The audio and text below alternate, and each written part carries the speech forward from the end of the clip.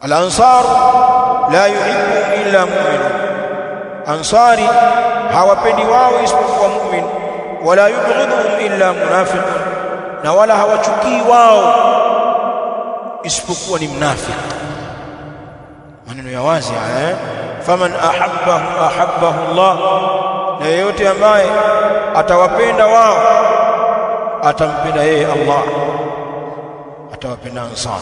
Waman abghadahu Allah, na yeyote ambaye atawachukia hawa ansar atamchukia yeye Allah.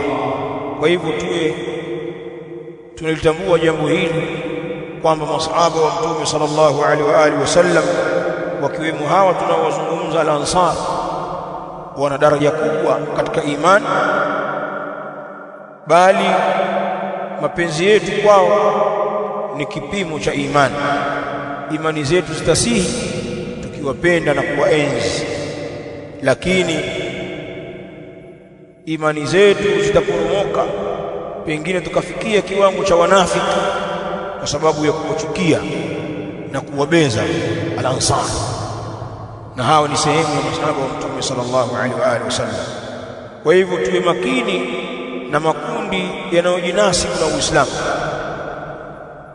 Tena wengine wanazungumza kwa lugha za kuwapenda watu wa nyumbani kwa Mtume sallallahu alaihi wa alihi wasallam, kama wanaofanya mashia. Wakizungumza wanazungumza kama wao ni ansar wa ali baiti nabii sallallahu alaihi wa alihi wasallam, wao ni watetezi wa watu wa nyumbani kwa Mtume sallallahu alaihi wa alihi wasallam. Ndio nembo yao hiyo, kauli mbiu ni hiyo. Sisi tunawapenda ahlul bait na kuwatetea na kulinda heshima zao. Ukiangalia ahlul bait ni watu bora, wakina Ali bin Abi Talib, kina Jaafar bin Abi Talib, watoto wa Ali, wajukuu zake Mtume alayhi salatu wasalam, al-Hasan, al-Husayn, mama yao Fatima az-Zahra na wengineo, watu bora kabisa.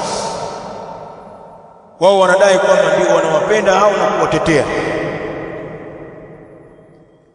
Lugha hii ni lugha ya mtego, na hii ni nyavu, ili upate kuingia kwenye matundu wa kunasa.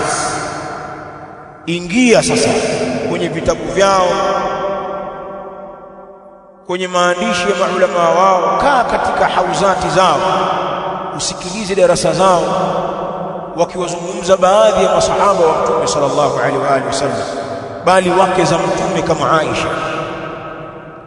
Utajua kwamba yale maneno yote ya kuwanusuru watu wa nyumbani kwa Mtume yalikuwa ni geresha, na wao wana nguzo katika dini ya Kishia inaitwa nguzo ya taqiya, kuuficha ukweli kwa maslahi. Wakifanya hivyo wanafanya kwa itikadi. Utakaa na Shia miaka kadhaa na kusoma mwelekeo wako, kama kuna kitu fulani wakipenda na kwao ni kitu kiovu, haukwambii papo kwa papo, watapamba pamba hivi, watakuzugazuga. Na ndio mahala mashia wamewazoa masufi wengi, wanadhihiri kwamba na wao wanaunga mkono maulidi, mazazi ya Mtume, watu wa nyumbani kwa Mtume, maulidi ya Fatima, wana maulidi ya Hussein, al-Hasan. Na ndio mambo ya masufi hayo. Masufi kuwaletea ngoma na mambo ya kuimba na wali ukawepo, wewe min alfaizin. Hawataki mambo mengine yoyote, mashia wamewaingia hapo. Lakini baadhi ya mashekhi wa kisufi washazinuka, na wengine zamani waliwajua mashia, wanazungumza hawa watu hawa tunawasogeza kwenye hadhara zetu, hawa watatuharibia dini, hawa wanawatukana wabora wetu.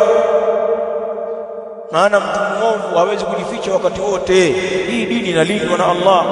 Baadhi ya mashia wamezungumza maneno mabaya yakarekodiwa kwa video yako mitandaoni, wakina Jalala wakiwakejeli masahaba.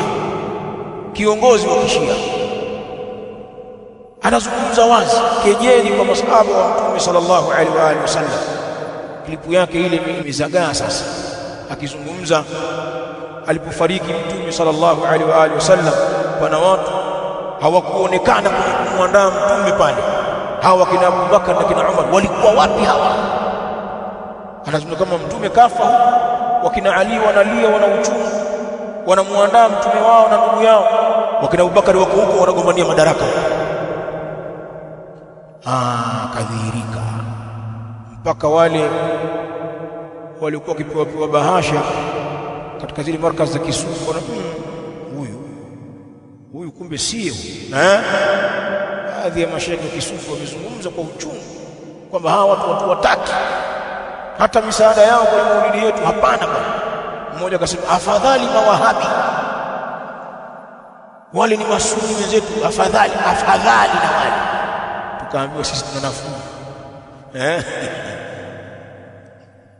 Kwa hiyo tusikubali ulaghai wa mashia, kwa kuwa wao wanauvunja msingi huu, na kuna mengine mengi mazito yanapatikana katika dini ya kishia, katika mambo yenye kupingana na Uislamu kabisa.